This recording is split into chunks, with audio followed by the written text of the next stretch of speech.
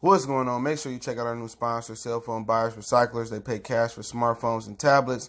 Like and share their social media pages, Facebook and Instagram, and websites in the description for a chance to win an iPhone. What you waiting on? Hurry up and get that iPhone.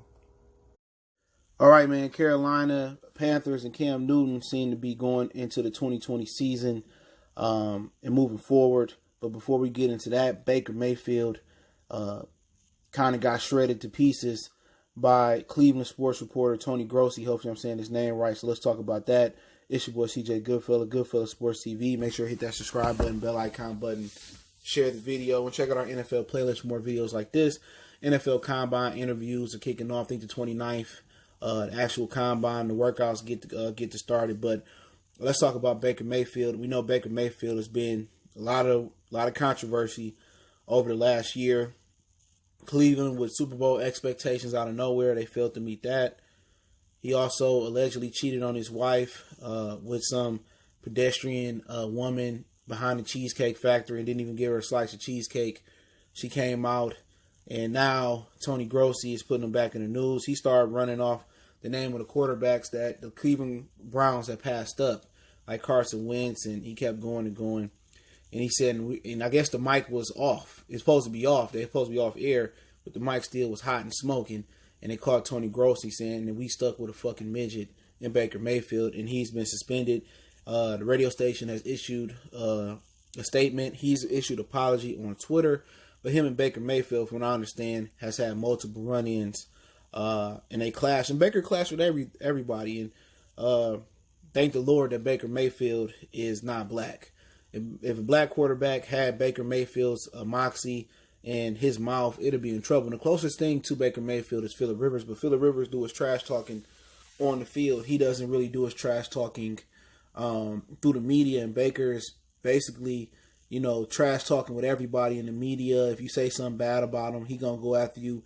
And traditionally, that's not how quarterbacks carry themselves. Quarterbacks take the high road and prove you on the field, that you wrong and they're right. But at the end of the day, I don't think it should have been suspended. I thought he called him the F.A., G word. I thought that's what he called Baker Mayfield. And then I heard the audio, and I put all this in the description under article link or source link. He called him a fucking midget. Okay? And I guess, in this sensitive society, using midget in a derogatory term is bad. But you know what? Baker Mayfield is bringing this upon himself. All right? You can't win every battle in the media and social media. And this is why quarterbacks carry themselves to a higher standard than the rest of the team. If you're a cornerback, you're a receiver, you're a running back, you can do that. The quarterback, and what people don't understand is the quarterback takes the onus of the wins and the losses. He get overcompensated for the wins, and he take the grunt of the blame for the losses. And that's just how the position is built. And Baker is learning that he going to have to humble himself. And Baker Mayfield, a good player. Cleveland set him up for failure this year by not putting a good line around him. Greg Robinson was a disaster in St. Louis. He was a disaster with the Detroit Lions. I know I'm a Lions fan. But I root for Cleveland because they remind me of Detroit. You know what I'm saying? And hopefully they get out of this, this deep of sorry abyss that they in, just like the Lions. But I don't think Tony Grossi deserved to be suspended. Baker bring this amongst himself. All right. And, is he small for the position? Yeah, he's short for the position. You know what I'm saying? Do I think he a good quarterback? Absolutely. I just think Cleveland didn't do enough around him. They put a young coach that never coached before around him who was calling stupid plays, who didn't build the team the right way. They built a team with flashy skill position players and didn't build it with linemen, and they didn't commit to the running game like they should have. So, like I said before, I gave Baker a pass this year because the organization really failed Baker by putting Freddie Kitchens there and not building the team from the trenches on back. So at the end of the day, I'm not mad at Baker Mayfield. He just got to learn that he can't fight every battle and he can't bring that rah-rah college mentality or that chip on the shoulder mentality into the NFL. You can't beat Tony Grossi. You can't beat Colin Hurd in a social battle, in a verbal battle. You can't win that. All you really can do is prove on the field and put numbers up and win, and that's the best way to shut them up. And the best thing you're gonna get is, them eating their words and you winning and being victorious. So at the end of the day, I don't think he should be suspended for it. I thought he said something much worse, but we in a sensitive society where if you say, poo-poo, they're going to suspend you. But I don't think he knew that mic was still on, and it was his honest opinion. You know what I'm saying? He don't think much of Baker, but I think Baker will be all right if Cleveland can put the proper pieces around him. If not, he gonna continue to struggle, and he gonna spark out and maybe go somewhere else and be a serviceable backup, or maybe revive his career in another place. But we'll see what happens. But the Carolina Panthers seem to be in on Cam Newton. Physically, he has to continue to check out, and maybe they explore moving up in the draft to take a quarterback, and the price is too high. All right. So at the end of the day, I don't think they owe Cam Newton any more guaranteed money. So they don't believe in Kyle Allen. They don't believe in the hometown kid, Will Greer. So reports are saying Cam Newton and Carolina are going to go forward in the 2020 season. And I think that's the best option for him. But, personally for Cam Newton, trying to rush himself back to health, it's not going to work. I think Cam Newton should just take a step away from football for a year, retire for a year, let his body heal up. And if his body tells him it's time to go, then it's time to go. I know it's hard to let go of the game. I don't think Cam Newton's going to be one of those guys like Ben Roethlisberger away from the game, for a year and blow up to 300 pounds. I think Cam Newton is going to stay in shape. I think Cam Newton needs to take a year away and just let his body heal. I think last year should have been that year away while he was on payroll. He should have just said, I ain't healthy enough, and they wouldn't have cut him because he still was owed guaranteed money, and let his body heal. And this year he should have reassessed where he at. Sometimes you got to listen to your body, and, hopefully he's invested his money wisely. But we'll see where he at this year. I would have took a year away, let my body heal, listen to my body, and if I couldn't go after taking a year from football, it's time to retire. And I know that Super Bowl is on him, and he want to get it back, and it's hard to get a game up.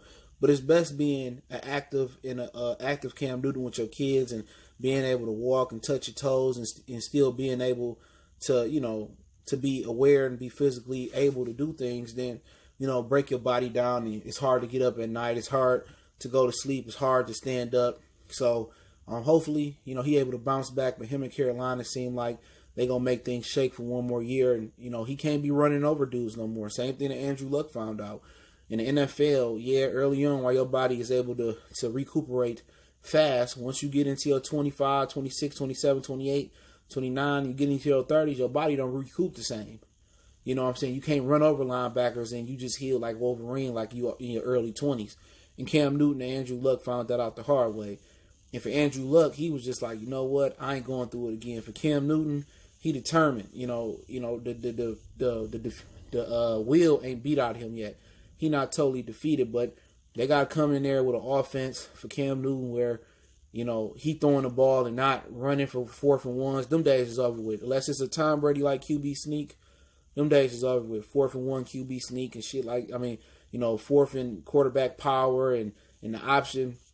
Cam Newton got to play the game for the pocket. He got to improve on his mechanics and his accuracy and stuff of that nature. You know what I'm saying? But all that running stuff is done. Sorry, my dog barking. Somebody at the door. But once he